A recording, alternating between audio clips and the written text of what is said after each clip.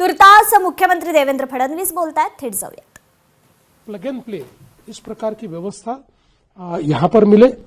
आज ये जो इनोवेशन सिटी है और उसके साथ साथ जो डेटा सेंटर वगैरह है, इसके लिए टाटा सन्स ने $11 बिलियन का कमिटमेंट आज अनाउंस किया है और हमारी इस अनाउंसमेंट के बाद बहुत बड़े पैमाने पर अब जो अंतर्राष्ट्रीय निवेशक है उनमें इस सिटी में आने के लिए बातचीत शुरू हुई है।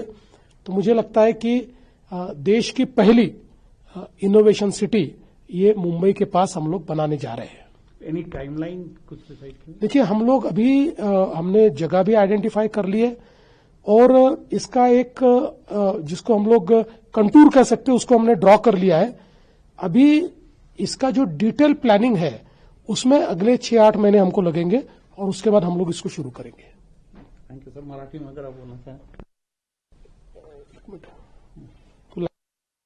तो पूरे दिन का आज क्या डेवलपमेंट रहा था दावोस में? देखिए, आज मूल रूप से एक एनर्जी ट्रांजिशन पर और विशेष रूप से जो सोलर अलायंस है, इंटरनेशनल सोलर अलायंस, इसका एक सेशन हुआ। उस सेशन में जिम्बाब्वे के भी मिनिस्टर थे, हमारे केंद्रीय मंत्री भी थे और काफी चर्चा एनर्जी ट्रांजिशन पर हुई और इसमें विशेष रूप से महाराष्ट्र की काफी तारीफ हुई। महाराष्ट्र ने जिस प्रकार से सोलराइजेशन किया है उसको आज हम लोगों ने सामने रखा और ये जो महाराष्ट्र मॉडल है, जो एशिया का सबसे बड़ा डिस्ट्रीब्यूटेड सोलर हमने इंफ्रास्ट्रक्चर तैयार किया है। 16,000 मेगावाट जो बिजली किसानों को लगती है वो पूरी हम लोग सोलर के माध्यम से ले रहे हैं। दूसरा, देश में जितने सोलर पंप लगे उनमें अकेले महाराष्ट्र में 60% सोलर पंप लगे, इसलिए वो भी जो प्रधानमंत्री जी की कुसुम योजना है उसमें भी महाराष्ट्र नंबर 1 पर है। और इसके साथ साथ हम लोगों ने रूफटॉप सोलर में भी 4,000 मेगावाट का काम किया है और जिस प्रकार से रिसोर्स एडिक्वेसी प्लान हमने तैयार किया है, 2030 में महाराष्ट्र में 52% बिजली ये अपारंपरिक स्रोतों से आएगी।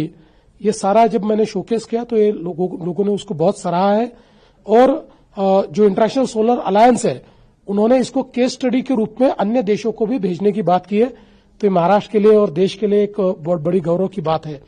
इसके साथ साथ आज मुझे ऐसा लगता है कि एक और चीज हम लोगों ने जिसकी घोषणा आज की है, ये जो हमने इनोवेशन सिटी के साथ साथ एक मुंबई के लिए सर्कुलर इकोनॉमी की घोषणा हमने की है। और सर्कुलर इकोनॉमी एक इस प्रकार की व्यवस्था है जो आज हम जानते हैं कि मुंबई में कई बार एयर क्वालिटी खराब होती है। मुंबई में जो वाटर बॉडीज है उसमें वाटर क्वालिटी जिस स्टैंडर्ड की होनी चाहिए उस स्टैंडर्ड की नहीं है। बाकी भी अगर हम ग्रीन हाउस एमिशंस देखेंगे, CO2 एमिशंस देखेंगे, तो ये सारी चीज। लोकशाही मराठी ऐका, पहा, जागरूक रहा।